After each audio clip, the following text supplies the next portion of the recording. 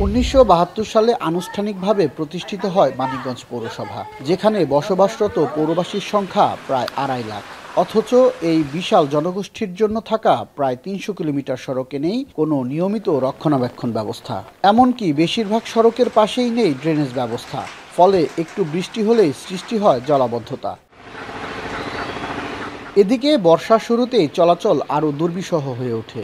ভাঙাচোরা সড়কে জমে থাকা পানির মধ্য দিয়ে চলাচল করেন পথচারীরা। এমনকি রাস্তার পাশে ডাস্টবিন না থাকায় দুর্গন্ধে নষ্ট হচ্ছে পরিবেশ আর স্বাস্থ্য ঝুঁকি বাড়ছে স্থানীয়দের।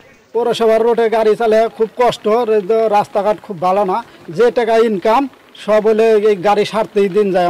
আমাদের পৌরসভা এটা প্রথম শ্রেণীর, কিন্তু আমরা যেভাবে অবস্থান করছি, বসবাস করছি, এটা তৃতীয় শ্রেণীর কেউ ওভারটেক করে ফেলেছে। প্রায় ৪-৫ বছর যাবত রাস্তার এই বেহাল অবস্থা। বৃষ্টি হলে পারে এখানে গিরা পানির মতো জমে আসে, আর প্রতিদিন একটা দুইটা করে ভ্যান গাড়ি বা রিক্সা উল্টে যাচ্ছে। গাড়ি ঘোড়া ভাঙ্গে, এই ব্যারিং ভাঙতেছে, এই হাবস ভাঙতেছে, এই আপনার হুটমুট ভাঙে যেতেছে। পৌর নির্বাহী প্রকৌশলী জানান, ইতোমধ্যে পৌরসভার পক্ষ থেকে সড়ক সংস্কারের জন্য ৭টি কাজের কার্যাদেশ দেওয়া হয়েছে। তবে টানা বৃষ্টির কারণে কাজ শুরু করা যাচ্ছে না। সমস্ত সংস্কার কাজ শেষ হলে সড়ক ব্যবস্থায় দৃশ্যমান পরিবর্তন আসবে, যা নাগরিকদের দুর্ভোগ অনেকটাই কমিয়ে আনবে বলে আশাবাদী তিনি।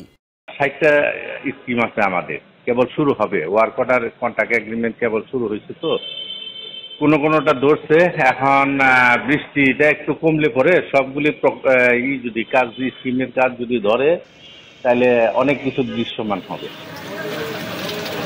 প্রতিষ্ঠার ৫৩ বছর পেরিয়ে গেলেও মানিকগঞ্জ পৌরসভা এখনও নাগরিক সেবা দিতে ব্যর্থ।